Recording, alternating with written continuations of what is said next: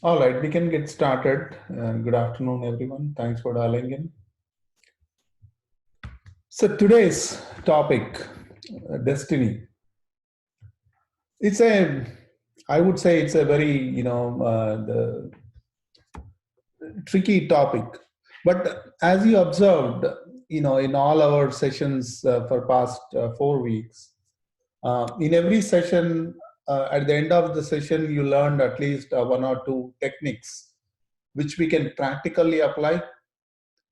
Um, that that said, heartfulness is a very practice-based system, and the idea, the whole philosophy, and the idea behind heartfulness is to apply our heart. That basically means be natural. The wisdom, the actions which come out of the heart are very natural.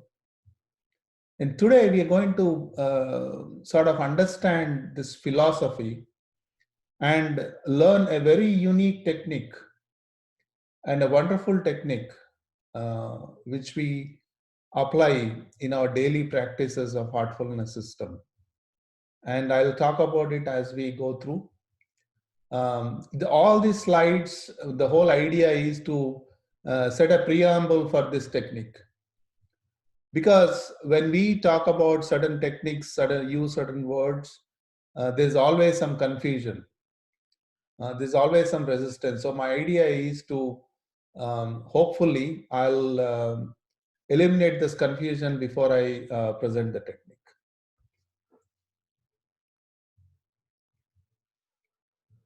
So I'll play a video.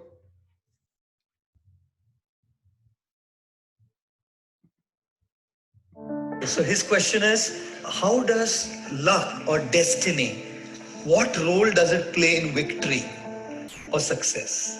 Right? Is it all hard work? Is it all destiny? What is it? Now, in my humble opinion, destiny is the situations that come to you, which are beyond your control. For example, you didn't choose your parents. Did any of you choose your parents? You were destined. That was destiny. You were born. ऐसा नहीं बोले ये मेरी बाप, ये मेरे माँ, मैं अवतार दूंगा इनसे. Have you ever thought like that? Never. Did you ever choose your looks? ऐसा नाक होगा. You choose? No one looks as good as their Facebook profile picture, and no one looks as ugly as their Aadhaar card picture. No one. No one looks like that. Correct? So situations are destiny. You didn't choose them. They came to you. If someone comes and insults me, I didn't choose it. It came to me. That situation is destined. But my response to the situation is my choice. Response is not destiny.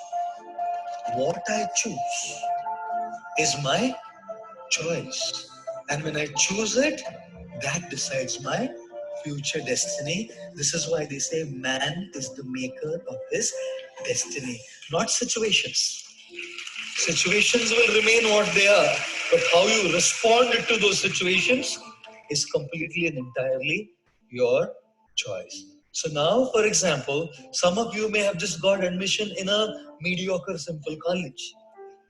Why? You couldn't crack it to go to IIT Mumbai. You couldn't crack it to any of those places. No issues, right? It's not that only IITians succeed, is it? You have that situation which is this time.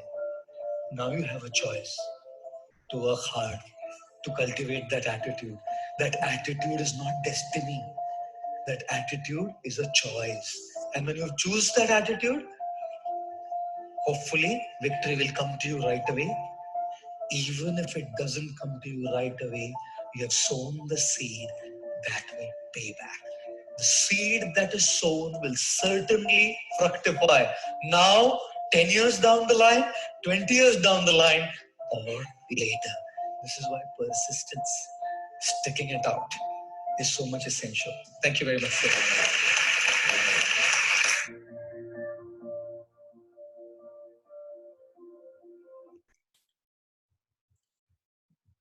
See, that is a I would say, a very good introduction to start with. And destiny. The moment we say destiny, a lot of ideas come to our mind.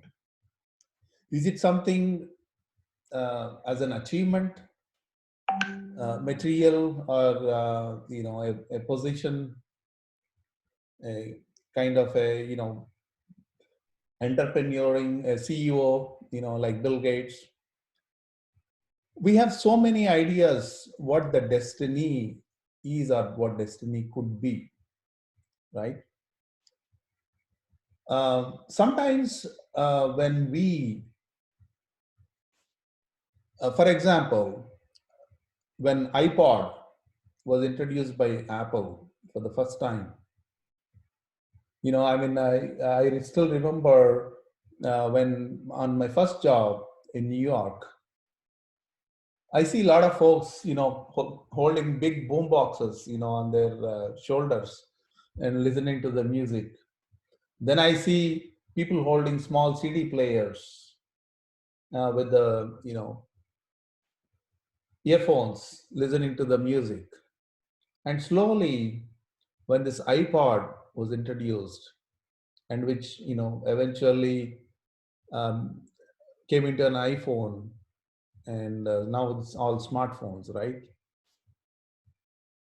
People got introduced to these ideas, thoughts, what they could have, which they can carry in their pocket, or which they, their small iPods. You see, I mean, if you remember, mini pods. Uh, I could just stick it to the, shirt and listen to the music, right? So as things evolved, the perceptions have changed, and nobody thought about it before that it is possible. Now, here we are only talking about some technological advancements, right? But even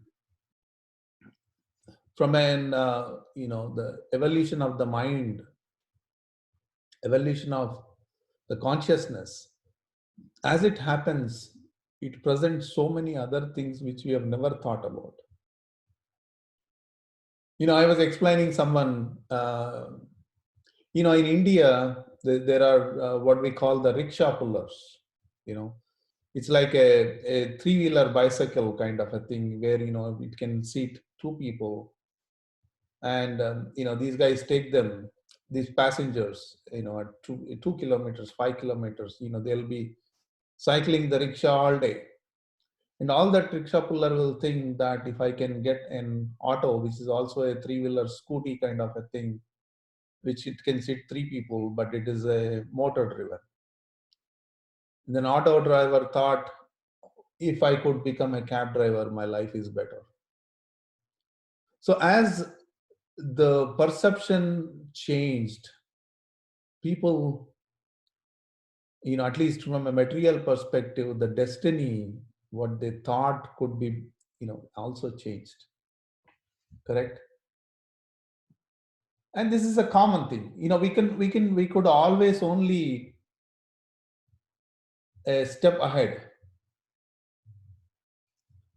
I heard. Are you guys? They don't. You guys don't see my screen? Is it blank?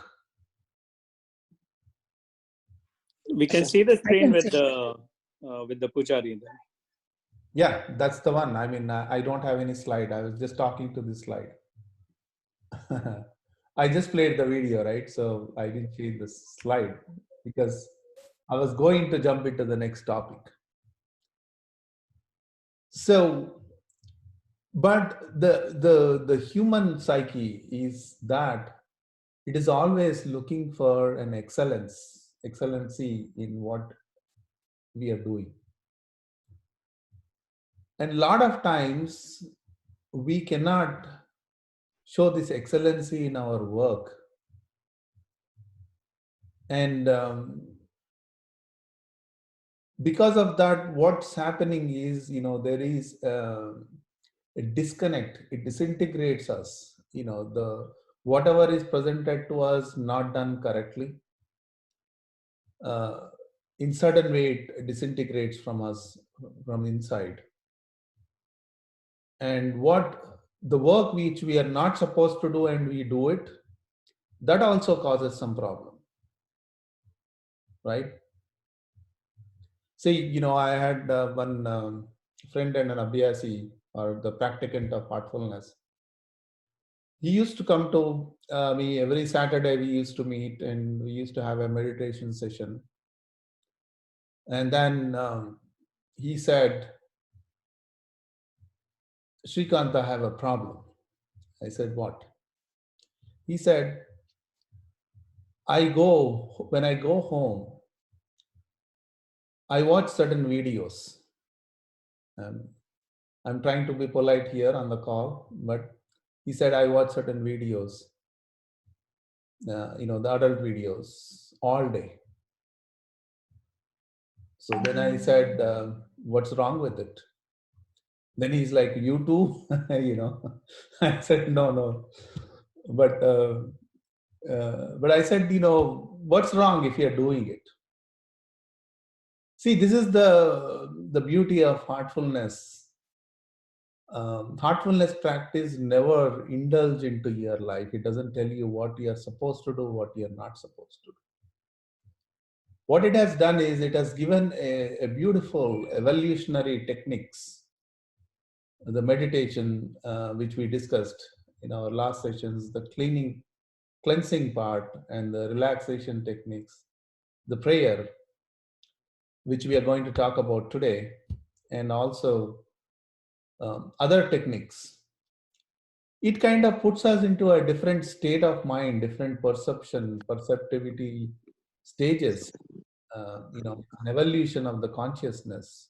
What it does is it makes us choose what is palatable, what is congenial for this evolution. So here, that's why there are no don'ts. There are only do's. The do's are the practice, elements of the practice.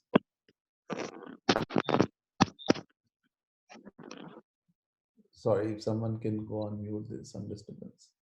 So it's only few elements of practices it gives us, so that we can change, we can design, we can change our ideas, aspects of life, and then finally we ourselves define what the destiny would be. So, like in the previous video, the destiny, it appears that it's a choices make our destiny, but it's not the choices, it's the need, the real need we experience. I mean, in my opinion, everything, there has to be a need behind it. If I'm coming here for meditation, uh, some need propelled me to come here. Some idea of getting some peace, uh, some solace, some relaxation. Maybe that prompted us to come here. But just like I was mentioning, once we are here, we probably discover slowly what is the real need. So going back to my story, so all that I told him is, see, the thing is, you already know whether it should be done or not. I don't have to tell you. But the real thing, what you should be examining is, he should go back and introspect. What is it actually causing him to do what he's doing? Then he'll definitely find a solution. Then I gave him this technique, which we're going to talk about, the prayer today. I said, practice this for a few days and see what happens. And this is a real story I'm telling you. And he came back after a week. He said it helped him immensely, but now, for some reason, the same tendencies are not showing up in him. He doesn't need that anymore. So we'll learn and understand how this prayer kind of changes us from inside and out, and what it brings us into, what is that it brings into our lives. Let's understand. So excellence, all these slides I'm showing you, kind of gives us some ideas, but it doesn't tell you how I can achieve this. See, the purpose of life is this: we must excel in everything that we do. Good, but why am I not doing it?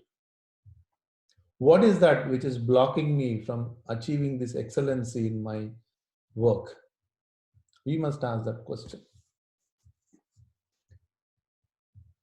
And sometimes, the when I say I will not excel, because I'm humble, I'm not egoistical, and I want to give opportunities to others, things like that, right? But what is it stopping me from doing it is basically, number one is I'm not allowing it to happen. I'm putting blockers.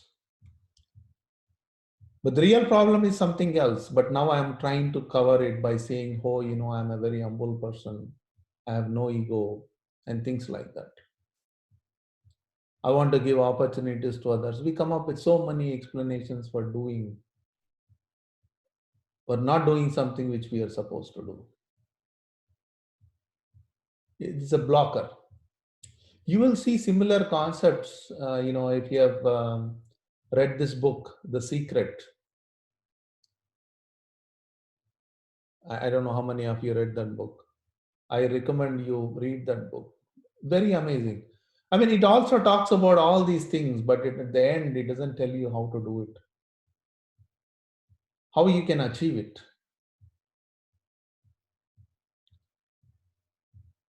All right.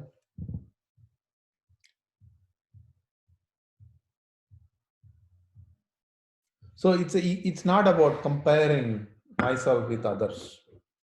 It's about achieving. It's about utilization of the ego. Ego is the most productive thing. I mean, most useful thing. We sort of talk about it as if it's unwanted, but without ego, I cannot even lift a chair. You know,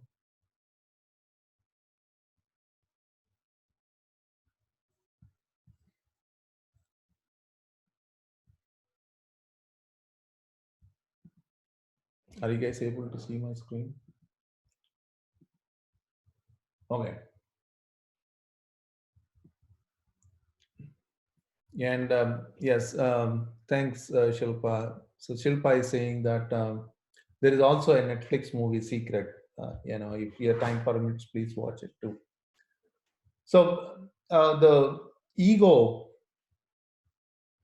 can be utilized for us to be productive, but it is also can be used for if it is not used properly, then it could be disastrous. Now, what is the proper use of ego, and how can I use it?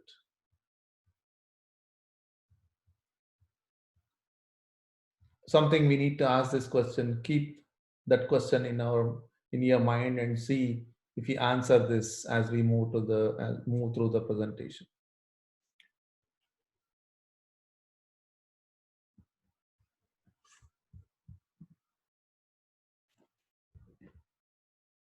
So we talked about choices. So what is the driver behind our choices? What is that making us choose one way or the other? Let's see what Daji says about it.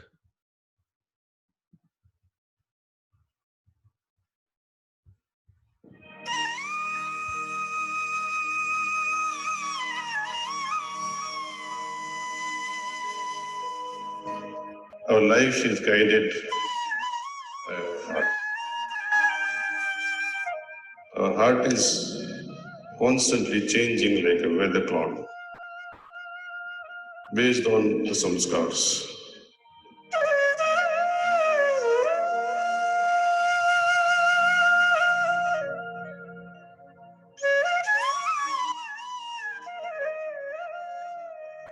And if sanskars were everything, if my destiny was everything, if gods who decide my future was everything, then I would have finished my life long before.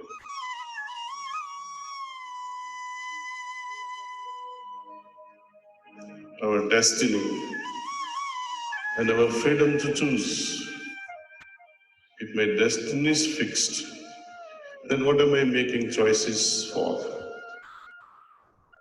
And the choices that I'm making, is it also destiny based? If it is not the case, then what is the role of relinquishing myself from desires?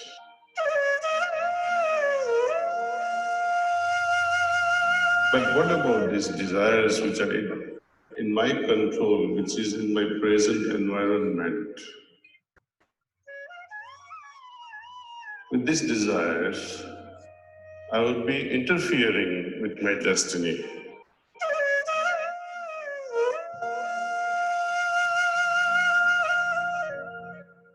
I'm not the only one in this equation of leading a life. I am being influenced. The decisions are made on my behalf by so many people.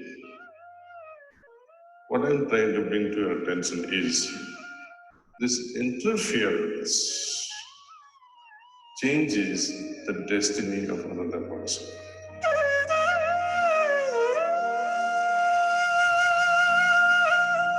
Just as genetic pattern can be changed by the atmosphere, genomes which are fixed, but epigenomes can be changed.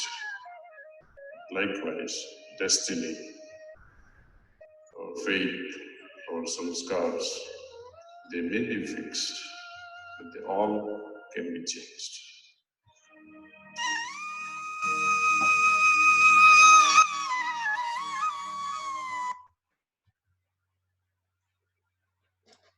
So here is an interesting point he brings up. External influences can alter the destiny of a person. The situations can change the destiny of a person. So if my destiny is the, the destiny of my choice, of course is dependent on all so many things, so many, situations, external influences, internal influences, family, friends, society, government, so many influencers, so many, variables here. And how can I maneuver through all this and reach my destiny? That's a tricky part. But here, the fixation is more important. I'll give you a story. Um, so the three people are travelers together. They were going, and one is a saint, supposedly, and another one is a priest, and the third one is an ordinary guy. They were all going, and the situation so happens, that someone steals their money. They're penniless, and whatever the small amount of money left out after 3 days of starving, they could manage to get a porridge. In India, it's called halwa. It's made with grits and with some sugar and some nuts, right? And it's not enough for all three people, but it could fulfill the hunger of one person for that day. So now they are arguing over it. The saint says, I am in the remembrance of God all the time. I've done a lot of penance and I prayed for the peace of this world. I healed people. So I deserve to eat this porridge. And the priest says, no, no, no, I help more people than you. I performed rituals for them. I advise them, I help them, I help the people. I deserve to eat. And the ordinary person says, I am a sinner, I am an ordinary guy. But you guys are all evolved. You can go hungry for 2 days, 3 days, but that's not what I'm used to. I should eat this porridge. So they all decide it's already late in the evening. Let's go to sleep. Let's pray to the God, and whatever the God's advice is, let's follow in the morning. So they all sleep. And then when they woke up in the morning, the saint comes and gets up and says, "Oh, you know what? I had such a beautiful dream. And I kissed the feet of God. He appeared to me. So I deserve to eat." And the priest says, "That is nothing. I hugged him. I touched his hand. He hugged me with love. So I deserve it." And the third guy, ordinary guy, says, You know what? God came to me in my dream and he asked me to eat the porridge. So I ate it, so nothing is left. Moral of the story is we try to manipulate things to achieve our means. The priest and the saint were actually trying to manipulate.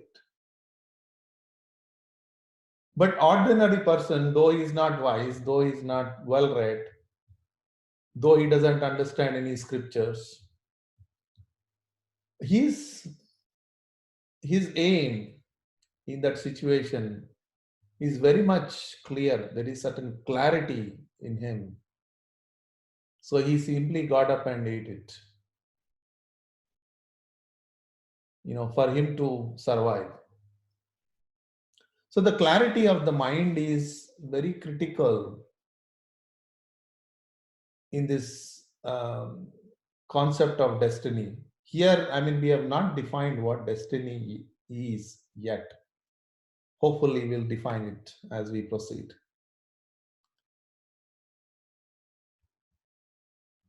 Clarity of mind.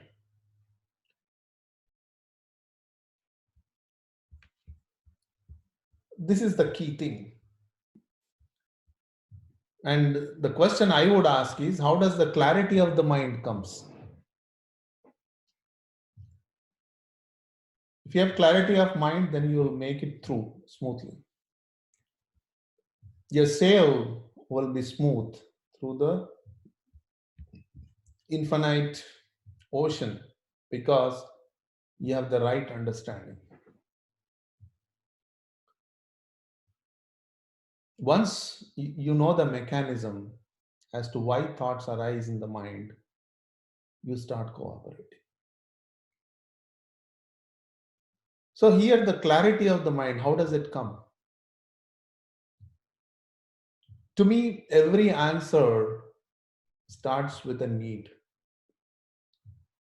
If the need is there, we understand the need correctly, then the clarity comes. A lot of times we are doing something and we are thinking about something. Why?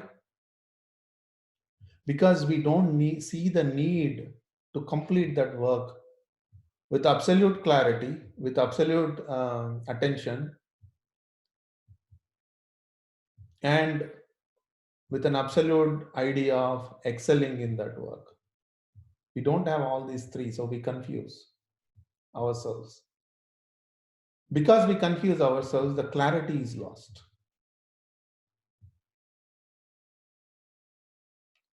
Everything starts with a need. We must understand, realize the need of what we are doing and why we are doing whatever we are doing. If that clarity is not there, there is always a confusion. And when the clarity is there, we make always right choices. It's always good to advise someone make a right choice. But how someone can make a right choice? How is it possible for someone to make a right choice when we don't know what the choice is? You know? So it is very important to understand why we are doing something, what is the purpose, what is the need, and what is the result of doing that work. It's very important. A lot of times we, complain, oh, there are so many politics in my workplace.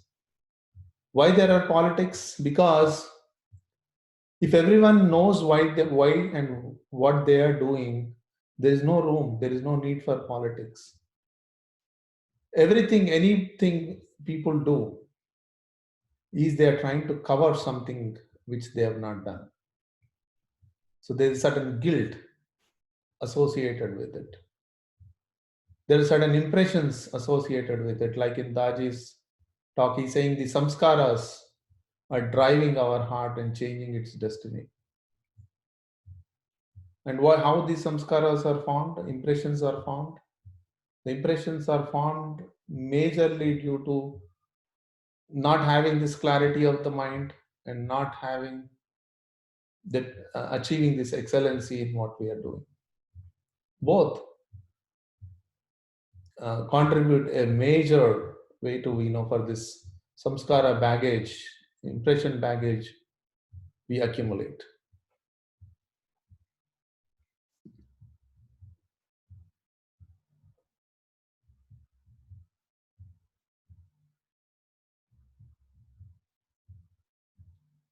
So if you want to change, we have to invite change. If you want to transform, completely invite more and more change. But the requirement is we should allow constant adjustment all the time. So this is another thing. The life itself is dynamic. It's nothing is preordained, nothing is fixed. No one can explain what to do in what situation because we don't know. Who anticipated this corona situation? Did it happen in the past? Yes, it happened in the past. Did we learn anything? Yes, we learned a lot. But every time a new situation presents, there is some learning out of it to the entire humanity, like this, a situation like this. But what is the best way is to adopt and adjust to the situation and see what is the next change I need to bring it, what transformation I have to bring it in myself to adjust to the situation and move on. Why do we need to adjust to this situation? Because we have a certain destiny to attain, a predetermined, a well understood destiny. And when I have goal in my life, to achieve that goal, I must do everything which contributes to that goal. So then there is no room for, a lot of room for indulgences in life because I have a goal. I was reading a time management book. I don't recall it. I was just, with the family, we were in New Jersey area near Sunderland, Massachusetts. We were coming back from a meditation gathering, and then all ladies, there are like 4 or 5 ladies in our 2, 3 cars, right? All of them, they want to go to the mall. So we dropped them at the mall, and everyone is following them. And because of my interest in books, there was a small bookstore over there. I just got into the bookstore, picked up this book, a small book, 30 pages. I was reading it. It's on the time management. A very interesting revelation in that book. He says the time management is only possible if you have a goal. If I don't have a goal, what is the use of the time management? I'm pretty much free to do anything, right? If I have a goal, then my time management becomes imperative. If you read this book, Seven Habits of Effective People, the author explains it clearly. Always Our focus should be on the goal, and everything we do should contribute in some way or the other towards that goal.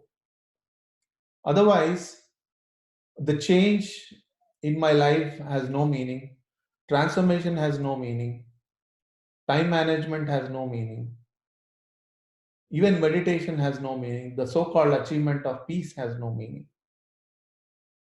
So, the life itself has to be a purpose driven. Without that purpose driven life, it doesn't carry much value, has no meaning for myself and for anyone um, around me, associated with me or around me.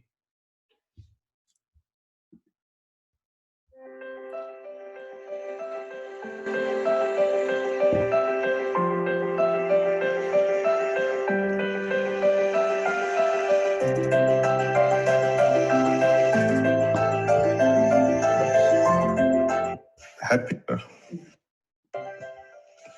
I take it that we all want to become better and better, develop ourselves. This development can become faster with greater and greater change that we can invite in ourselves. If I'm happy in my own comfort zone and say, okay, I'm not going to change, then there cannot be transformation. Transformation demands change. Development demands change. For example, when I have to look myself in the mirror and I see, oh, this is missing, that is missing, I have grown beard, I need to correct my. It's possible when I look myself in the mirror. But you say, okay, I look myself in the mirror. There is no change necessary. I'm perfect. People who think themselves to be perfect, they have to rethink.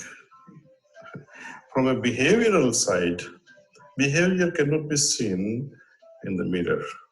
It gets reflected in the inner mirror of yourself. You face yourself inside yourself. Meditation is all about making your consciousness a perfect mirror to see yourself. See, can you see yourself with bad behaviors? Can you see yourself with so many defects? If you can put up with that, there are no chances of changing yourself, transforming yourself. Through meditation, consciousness becomes your mirror that reflects your innate nature. So nobody else can tell you. Others have become irrelevant anyway. You're not going to listen. Even if you listen, you still have to analyze and confirm within your heart that yes, what they are saying is right or wrong. So ultimately, the answer will only come from the heart. Signals will come from the heart, whether to listen or not to listen, to change or not to change, or retract my steps back or go forward. All these signals come from the heart. Now, if the heart is misguided, what can you do? So, when we meditate, this misguidance disappears. One faces oneself as it is. Now, most people don't like to meditate is because they cannot face themselves. They cannot face their ugliness. It's like, mirror, mirror on the wall, who's the most beautiful of them all. Right? You heard the story. And each time you look ugly, you want to break the mirror. It's not the fault of the mirror. It is not the fault of my consciousness. So I have to be courageous to see myself, my defects, and try to correct them at each step, moment after moment. I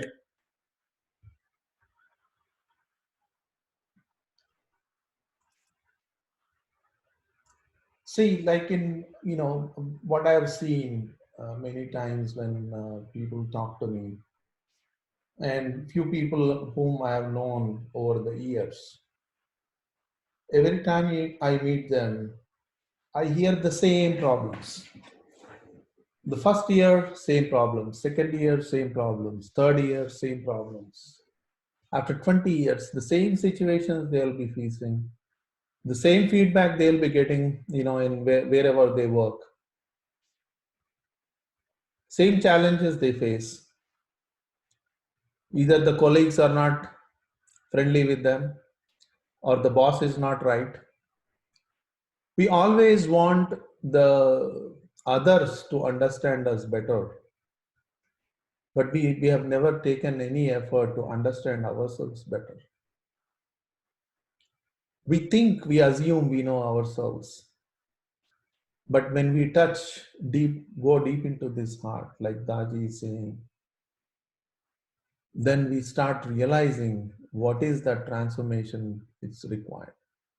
And then slowly we understand, we realize the need or the purpose of life. I mean, without feeling this need, like I mentioned, everything is futile. All efforts are futile.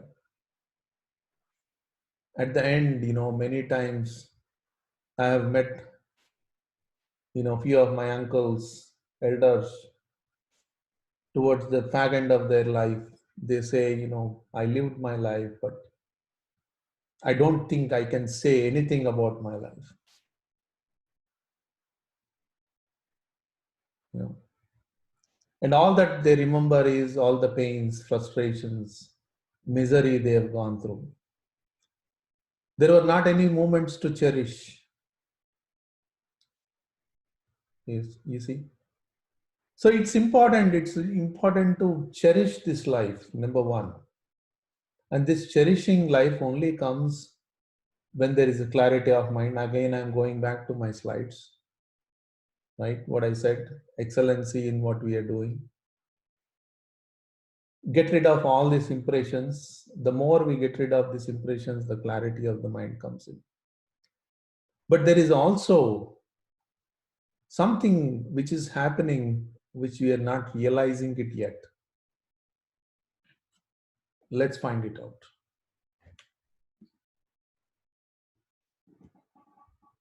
So facing life with courage, we heard about it from Daji. So it's always the courage and confidence kind of puts us, scale up, increase the bar in our life more and more. Because every time I cross the hurdle, the next time the same hurdle comes in, I can easily cross. So that's not enough. The bar has to be raised. Every time the bar is raised, every time I go with courage and confidence, then, then it puts us in a different state. Then I'm ready to face anything in life. See, in our previous session, we were talking about, does animals suffer? Animals go through pain, but they don't suffer. But we humans, we suffer. Reason, we have this accumulation of these impressions are stronger in them, mixed with the intellect, mixed with the mind. It always influencing our actions. It is always influencing our choices, reactions. What we think we can do, what we think we cannot do. It holds us back from moving forward. It holds us back from finding this destiny. We have not defined the destiny yet. All the destiny we are looking at is, one simple thing, one next step in our life. If I'm at a certain level in my office, I look at my boss, I wish I get there soon. That's all, one step ahead.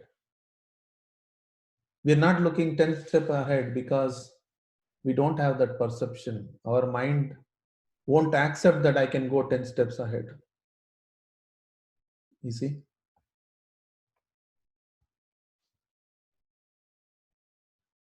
This is from Ichak Adiziz. I mean, I liked what he said on this, so that's why I included here the common mistakes in decision making.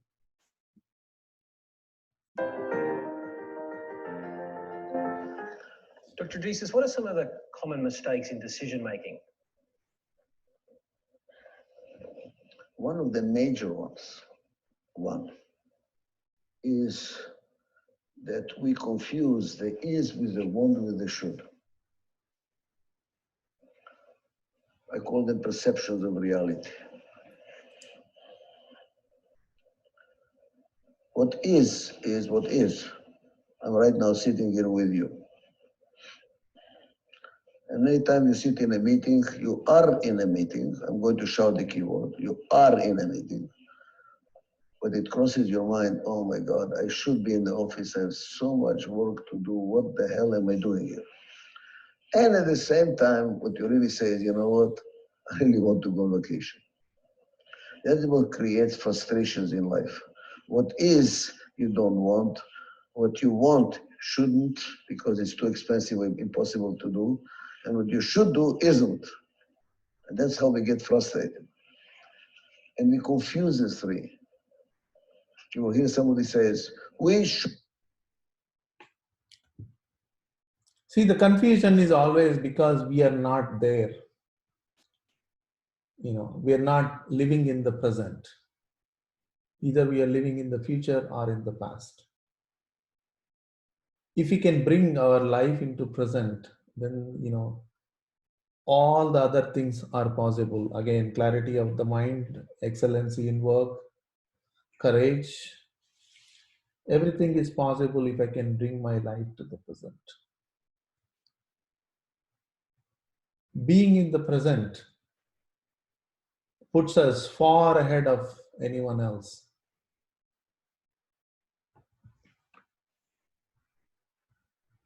And the next aspect, truthfulness. I'll tell you why I added this slide over here, truthfulness. See, typically, whether we are, since a human is a society animal, we need society, we need company, and we are all working together as one society, one country, one world. And in this interaction, human interaction, there is always an element of being recognized, and in that we try to impress people. But we don't realize if I try to be myself is more fruitful in achieving this goal rather than trying to impress someone, and everybody knows automatically that you're trying to impress. Everybody knows, and automatically it puts our integrity, puts our personality, it's shown in a bad light. So we should always try to look within. Am I impressed with myself? If you see more successful people, if you observe, I suggest this book, Good to Great.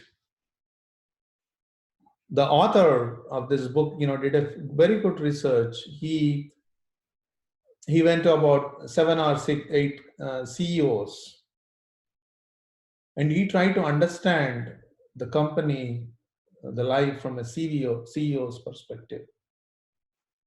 And if you observe the subtleties, the psychology or the characteristics, are they never try to impress anyone. They have a certain goal. They're constantly working at it. But at the same time, one of the important thing I found is they don't work more than 8 hours. We assume the CEOs, they must be workaholics, working round the clock. But if you observe their life, they're very disciplined. They only work 8 hours. And they pretty much, they're like, they are very good fathers, husbands, whatever, to their, if there's I'm just saying CEO doesn't mean a guy, right? Always, either way, right? So, but they are very disciplined. They don't work more than 8 hours. But at the same time, they don't have this inhibition. They don't have this blocker that I have to impress somebody. Very goal oriented. So when we are artificial, untruthful, it requires a lot of effort, and it reflects in relationships too, right? When we are untruthful, it reflects. See, typically when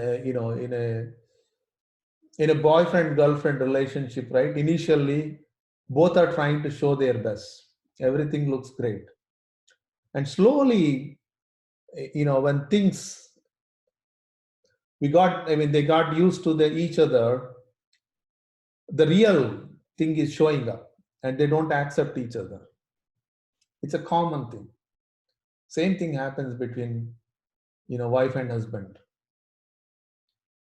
But the way the relation should be in such a way that the wife should be able to express and say anything, and the husband should be able to express and to the wife in the same way. That barrier should be removed. That freedom should happen. Then in that case, then there is nothing artificial about it. So then there will be the each other knows who they are, each other knows who their partners are, and the acceptance comes very easily. When we are untruthful, trying to show what we are not, then the problem arises at some point, and then it becomes unacceptable. So whether it's friends, family, colleagues, whoever, it takes a lot of effort to be artificial, and it takes no effort to be with heartful, natural. That's why Babaji says, be in tune with nature. How can you be in tune with nature? So here, be in tune with nature is not living in the forest and eating the roots, leaves. That's not being in tune with nature. The heart is in tune with the nature. Means it's in tune with what is original, what is truthful, what is natural. It doesn't. What is effortless. When mind becomes in tune with the heart, the life also becomes tuned, tuned with the nature, in tune with the nature. Otherwise, it requires a lot of effort to be untruthful and artificial. For lying, I have to say, I have to make a lot of plans, and it puts a burden on the heart. And that is also another contributor for my impressions. So now getting into the subject, I have these questions. I didn't put any answers for these slides. So I'll unmute you all and see if we can all together try to answer this. Destiny is what you're. What is the purpose of life? What is spiritual? What is a prayer? Office depot भी है ना Basically like a song that you sing to God. ये भी करना है तो office depot तो वही थे Sorry, I think the voice is a little disturbed. So what were you saying about the destiny? I'm sorry.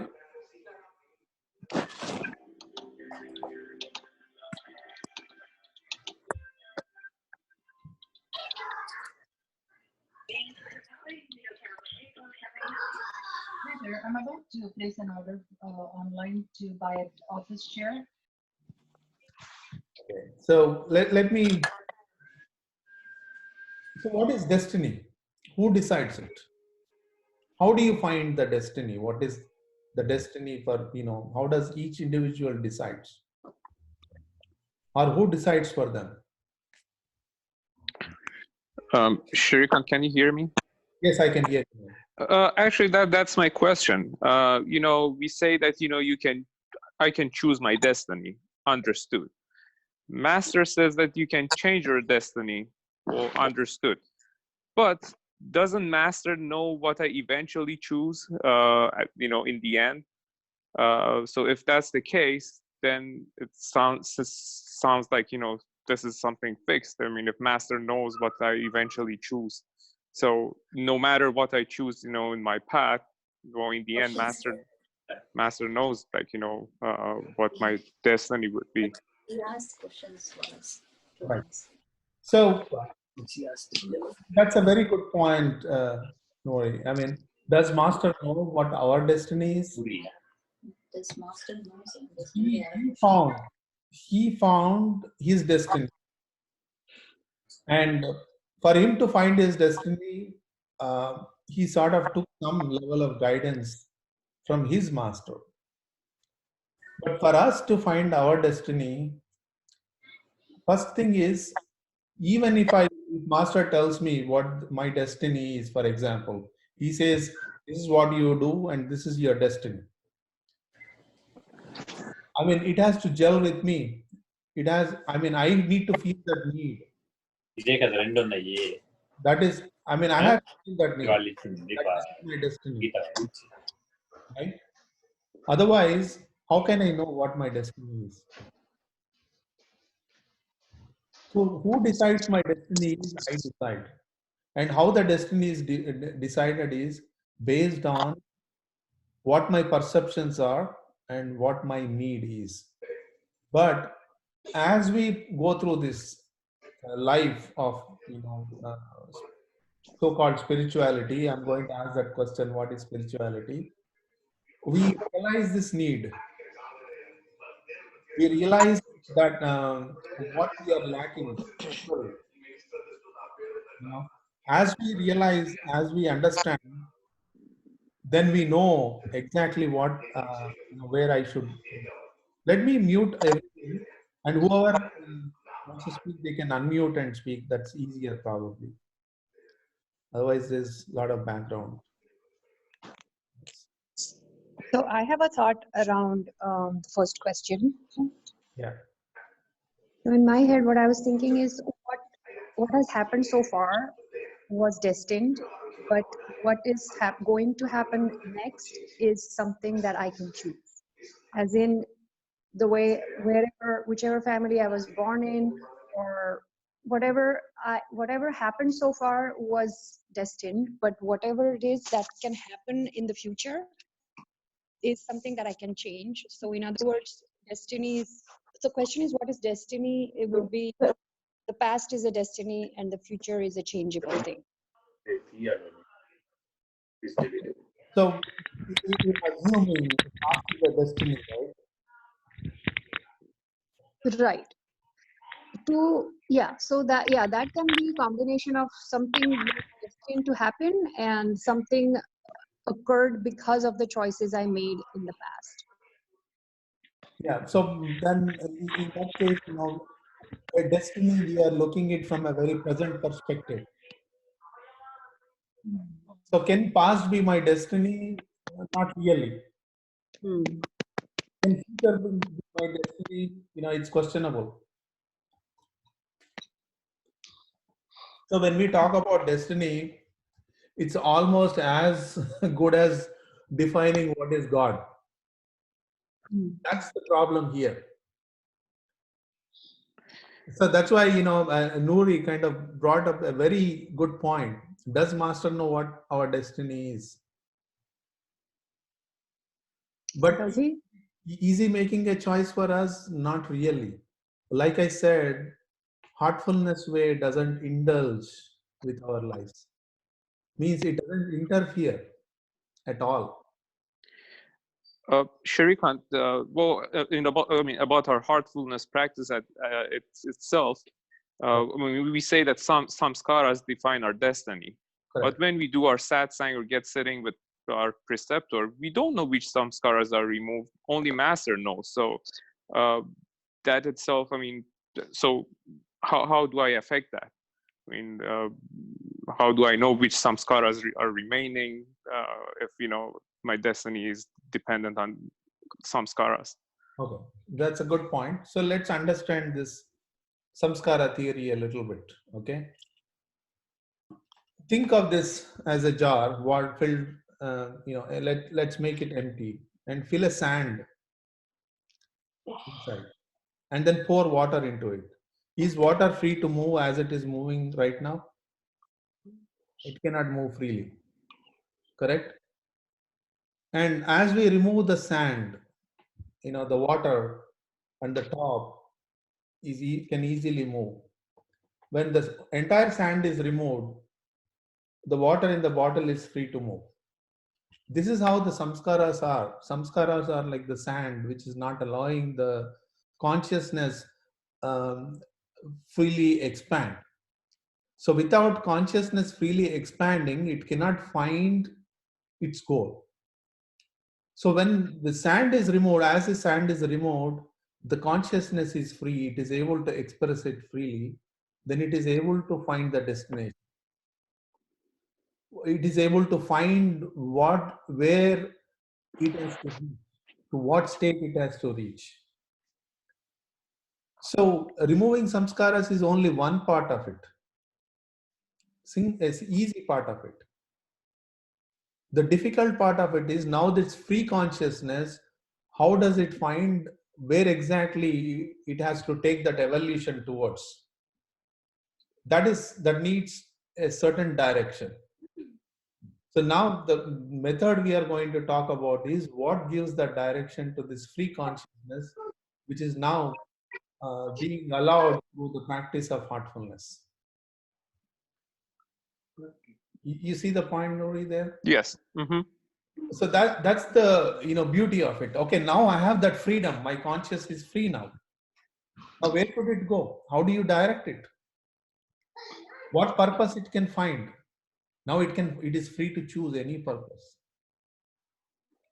And who can so the so-called master is only an external entity, right? The person we are referring to here as a master is only an external entity. But the real master is within us. Now, how do I bring that master within to guide this consciousness into a purposeful life? That's where the So, beauty of quick question, Shrikant bhai. So, let's say you are at this crossroads where you need to choose or decide. And what you're really saying is, so the first question which you itself had put across was, okay, you could do this or you could do that, depending on the choices. And it's your inner master that would really guide you. And to connect with that inner master, basically follow the method, and then somehow you get that answer, right? Is that is that the right way of perceiving it, or is it and that is kind of connected to the purpose of your life? Is that the right way of summarizing it? So I'll tell you something. This the father goes to a guy who is dating his daughter for almost a year or more than a year or a few years, and then he asks this guy, you're seeing my daughter for a long time. Do you have any honorable or good intentions or dishonorable intentions? So the guy immediately says, I did not know I had a choice. So that's why Babaji says he makes a very interesting statement, choiceless choice. So when this free consciousness, when it was given a direction uh, towards the so-called higher goal, what we are talking about, alluding to here, this is a choiceless choice. It is a choice because we must allow it. It's a choiceless choice because that's where this whole life's evolution has to go at, whether we like it or not, at the end of the day. So that what we can say is, like Amita said, the destiny is what it brought us to right now. We cannot really call destiny, but it's en route. The life is always on this en route. Now here we are talking about destiny of, is it the destiny of my material life we are talking about? Or are we talking about the life itself, the life's destiny itself? The life's destiny goes long compared to the material life. In the material existence, until whatever my physical, what do you call it, the physical abilities support, I can only go so far. I can earn $1 million, $10 million, $100 million, doesn't matter. But I can only go so far until my life support, physical life supports it. But life goes even beyond that. The life I'm talking about, capital self, goes beyond that. Now here what we are really talking about is the destiny of this self, this life, how far it can reach out, to what stage it can reach out. So Correct. that So Chariji would talk about the fact that we are here in this world. It's like a school or education, right? So you clear one grade and you kind of move to the next, and the soul is basically learning as you go from life to life, or kind of clear those. So I'm assuming if we are here in this form or birth, it is basically to achieve that purpose of whatever the soul was meant to learn, right? Is that again the right way of looking at it? one way of looking at it. Um, It gets really interesting. That's why I put these questions over here. Because anything I say, you say, it's only one way of looking at it. no, I think, the second question brings us to the first question again. Yes. So if we believe that, the purpose of life is oneness and realization, well, part of it we can achieve by, our practice and, by changing our lifestyle. But it's said that, the very end stage, which is realization, it should be granted by the master. So you may or may, he may or may not grant that to us. So I don't know in the end if I decide my destiny, or, it's the, master who decides, or it's both. That's a point, Nori. So what I want to say is my need, the need I feel, the need my consciousness feel decides the destiny. And master is there to support in achieving that destiny, whatever I choose. Now here, when I say master, I'm really referring to the inner master. And if you ask me all these questions, to me, they're different words, but the answer sounds the same. That's why what is the purpose of it? Again, based on the destiny. You see? Mhm. And what is spirituality? Spirituality has nothing to, really, the so-called, we somehow associate the difference between spirituality and religion, things like that. But spirituality has nothing to do with worship of anything. Spirituality has nothing to do with, God. Because the God element is there, but it has nothing to do with God. Because this God is unchangeable, infinite, omnipresent. So that which is always there, which is unchangeable, what is God has to do with spirituality? Spirituality is something to do with my consciousness to reach this ultimate state. But in theory, it all sounds good. Okay, yeah, my consciousness has to reach the godly state. Yes. But do I feel that need? Do I feel that difference? Do I see that my goal is to reach that state? Do I feel it? Really not. And then what is prayer? It's the same thing. Prayer is a purpose driven a conscious acknowledgement. Prayer is not about asking something. Prayer is a conscious acknowledgement to fulfill that need. You see the point there? I'll give you an example how, this consciousness, how this uh, powerful it is, how it's changing our life constantly. I'll give you an example. For example, if you, any acquaintance of yours, a colleague or someone, let's say they met with an accident.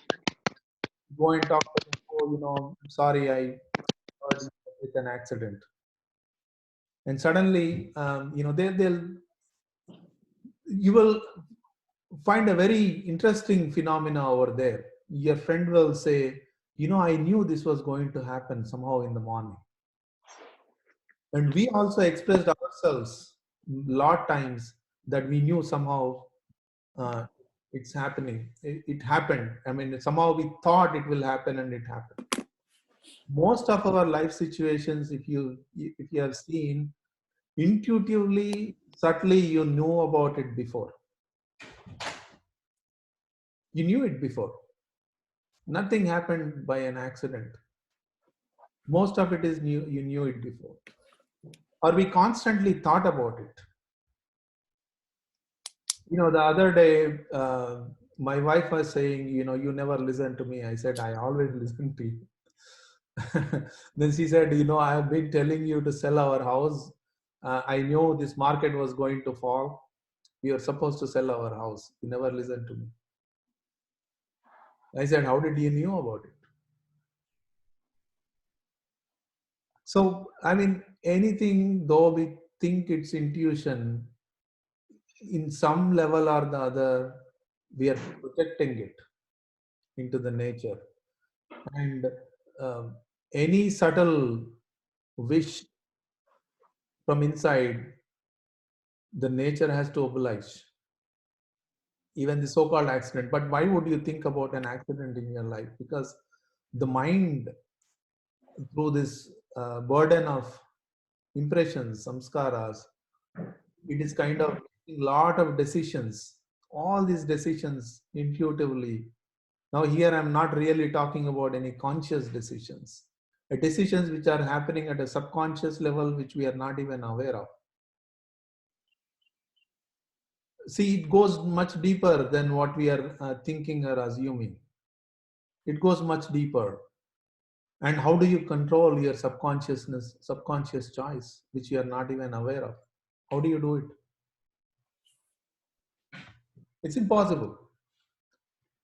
My desires, okay, I desire to eat ice cream. I'll tell myself, oh, you're already too fat, don't eat. You're going to put on weight. I can control myself because I know the desire for ice cream. If this is happening at a subconscious level, I don't even know. How do I know? I have no control over it. So you see, this goes much deeper. It becomes much complex if you see one way, and it becomes much simpler if you see the other way. So that's why I think today we are a little over the time. I hope if he can allow me to finish this in another 15 minutes. Because now I mean, we actually got into the topic now. But I only have one more slide to go.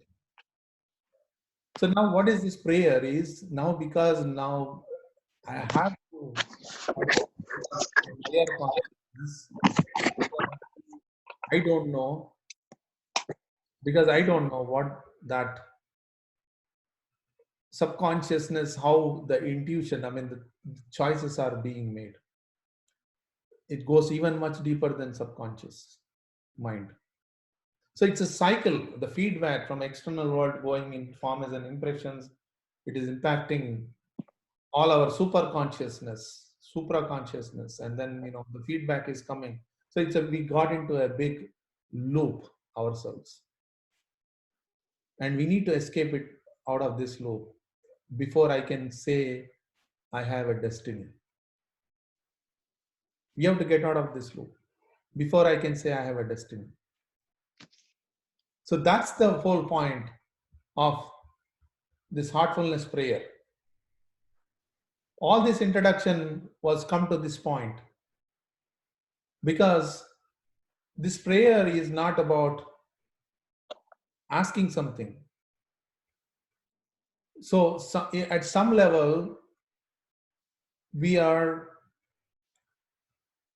trying to accept and understand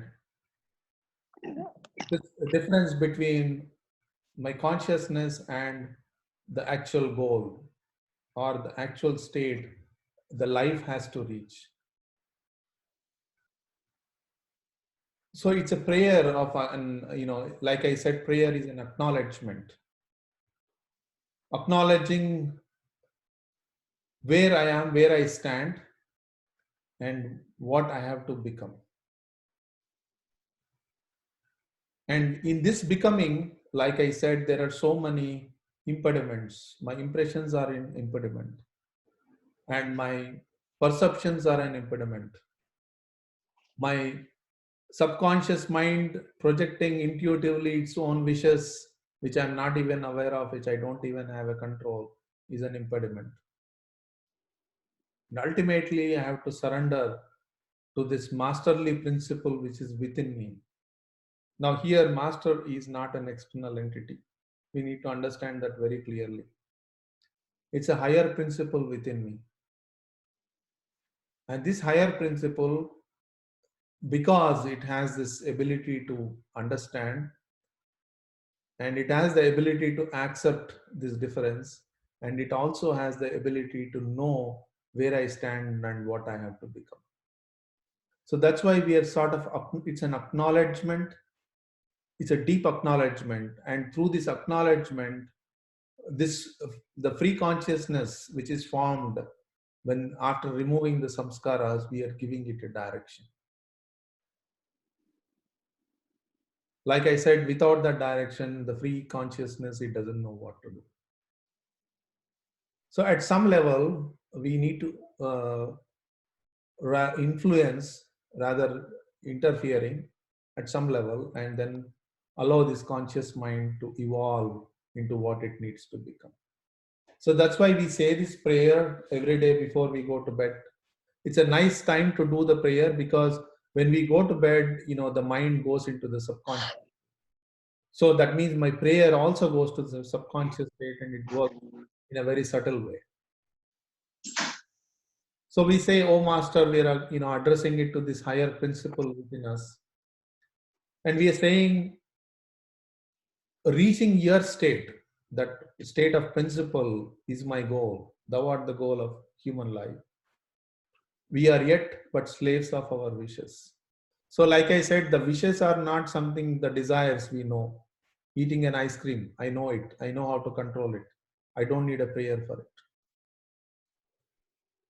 All the desires we know, we think they're all in our control. They're the choice, executing a choice is very easy. But the subconscious wishes, who will control it?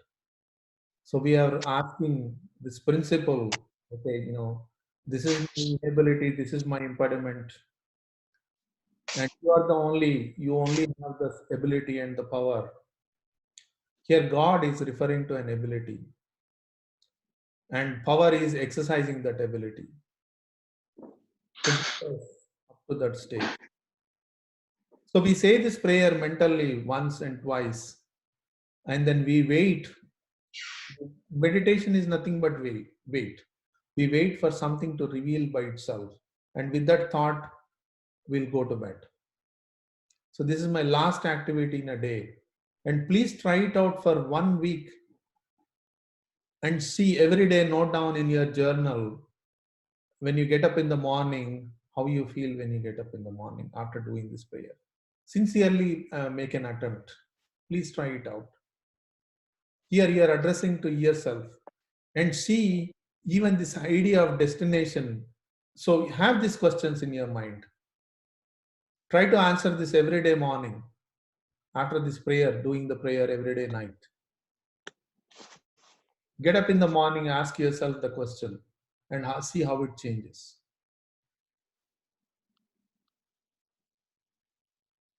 So this goes much deeper. The effect is much deeper and subtler. One of my friend who wanted to start meditation, he said, I'll do meditation and cleaning because it makes sense, but prayer, I can do any prayer. Our religion has so many prayers. I told him, when you take bath, why do you apply soap? He said to smell better. No, that is not the reason why we apply soap. We apply soap because so the dust particles which are stuck to our body, the grease, the soap, it softens them.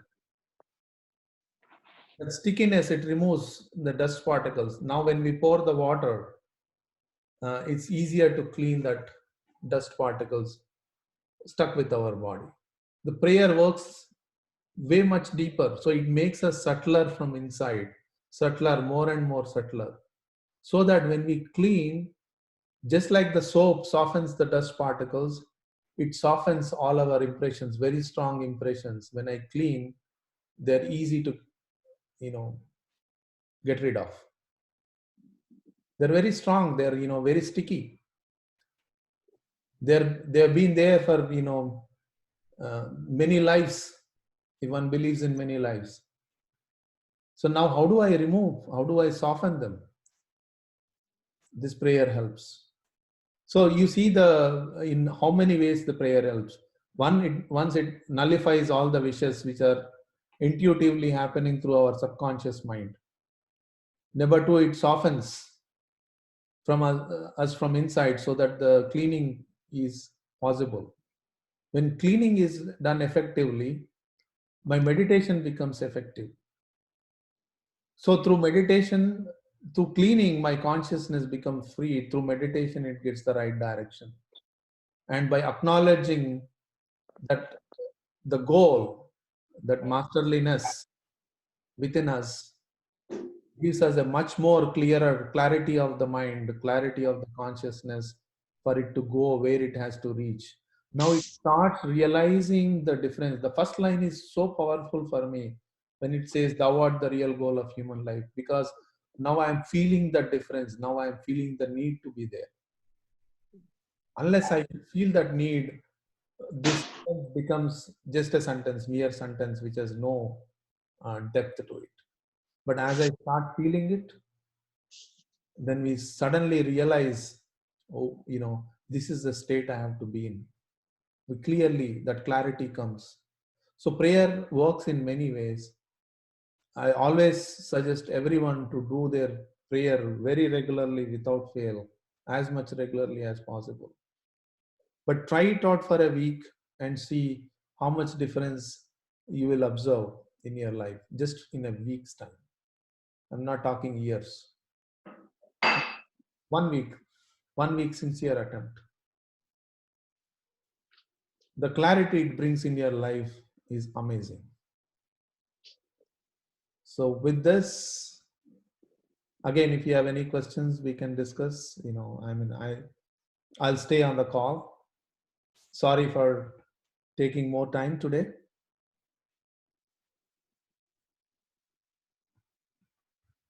Thank you, Srikant Bhai. I think the only question which I had is in regards to the material goals of life, Yes. balancing with the spiritual goals of life, right? And how do you really have clarity around how do you really balance the two? So they are not two separate things, it's an integration. So material life and the spiritual life is a cocktail. Once Yeah, but cannot I felt material is very desire driven, right? Desire, passion driven. I want to achieve more and more, and of course, be perfect in whatever work that I do. And spiritual is more about the inner connection, and in a way, when you kind of develop that vairagya and have the inner connection, and perhaps there's a balance. But I thought there perhaps two. Maybe there's a balance, but again, they're probably two opposite things. Yeah.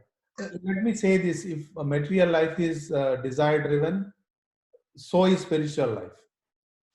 If spiritual life is an inner connection, it's driven with a purpose. then so that my material life also becomes the same.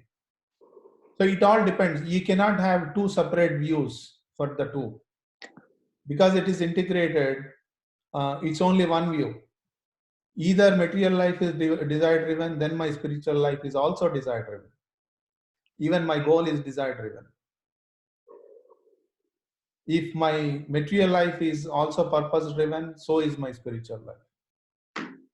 So we cannot have two different views. It all depends. There is no way you can have two different views because it's one life, one way of looking at it towards both. Hope I am making sense, Sumit. No, for me, I think it's been these two opposites most of the time, right? So when I'm in and it kind of goes up and down. So when I'm more in the Vairagya mode, then I'm more spiritually connected, wherein, the world really doesn't matter. And kind of going more and more the deeper inner connection, right? And then suddenly everything around starts changing, everything starts becoming better. And I start getting caught in the material aspects, right? And then I start going more towards the material side. Yeah, And but take it this way. I think it goes through the ups and downs there. When I go inside, more and more inside, and I see this whole world, universe as one.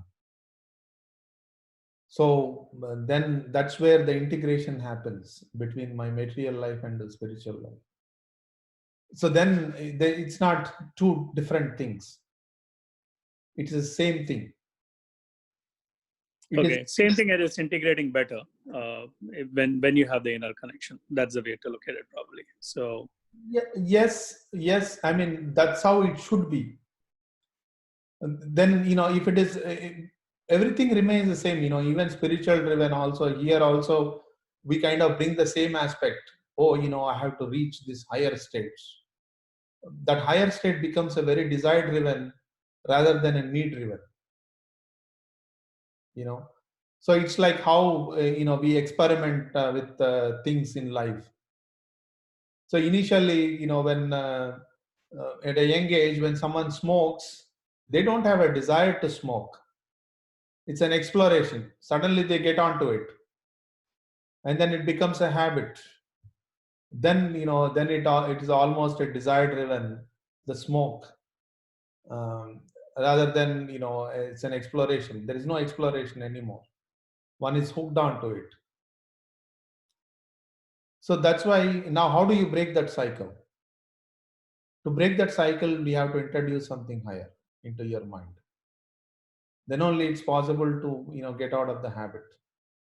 So when we introduce something high and higher, um, so then the mind is continuously on an exploration mode.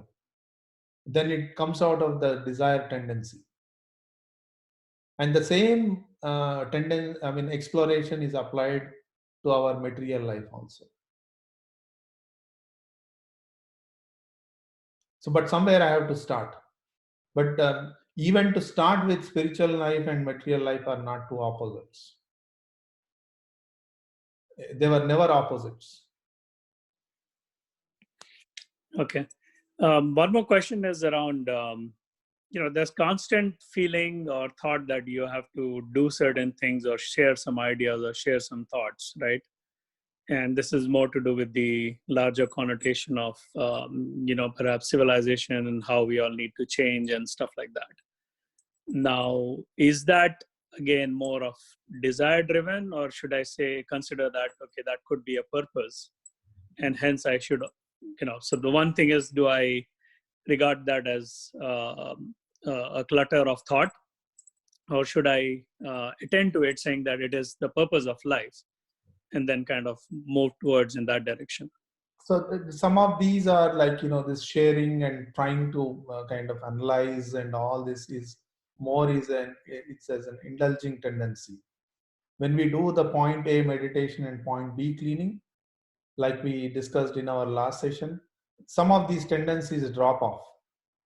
So then you're not even discussing, thinking about change, transformation, and all. It's you see the need for it. When you see the need for it, you know how you can act on it. So right now, Even this change transformation is all very delusional, imaginary ideas. We are not seeing the need. But when we bring that clarity, then we realize the need, and then we exactly know how much of my thoughts to apply towards it.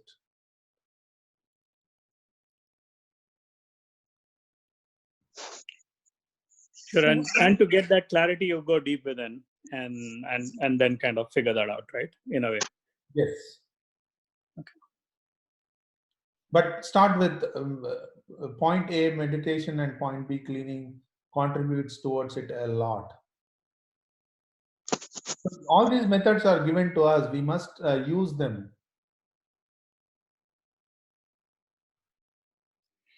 Sure, and is there a duration or time? Of course, you've got to do it constantly, and if you can be in that constant remembrance, I think that state gets established. But is there like a duration, like you said, for prayer? It's 1 week. Would this be for like month, 1 week, 4 weeks, 4 months? Babaji said try it for 6 months, and now Daji is saying 90 days, do the regular practice, imbibe all the elements in your practice, involve, and you will see. So 3 months to begin with. Okay, thanks. so I have a question. Can I ask? Yes.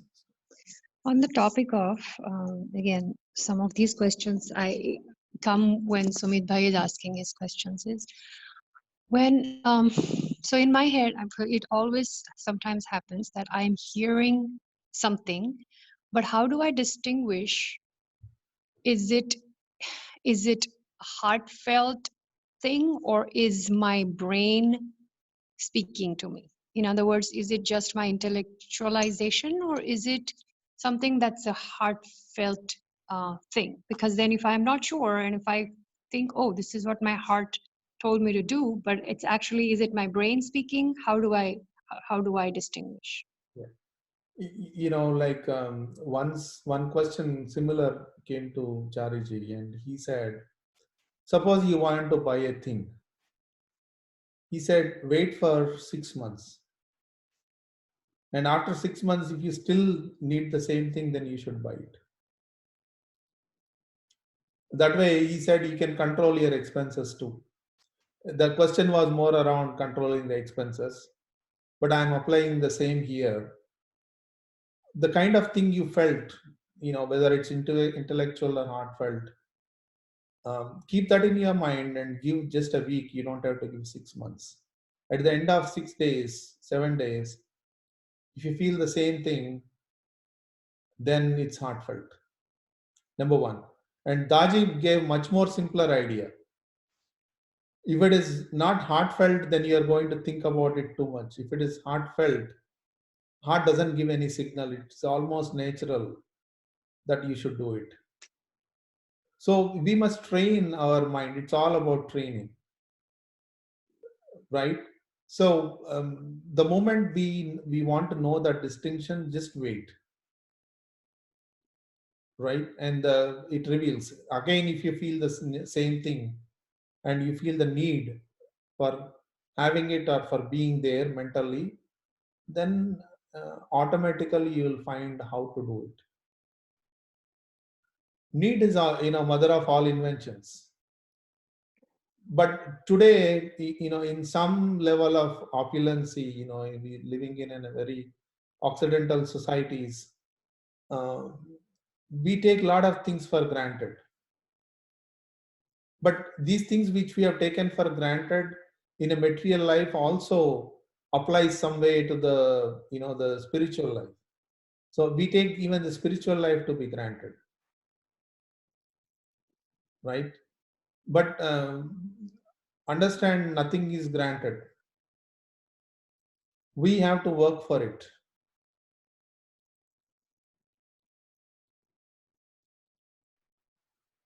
Okay, thank you.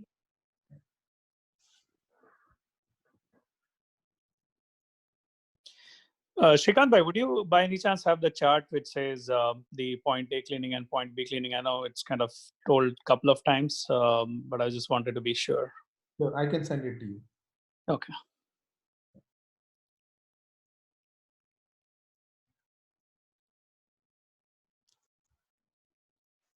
I know we are over time, but you feel free to drop. But if you have any questions, we can discuss.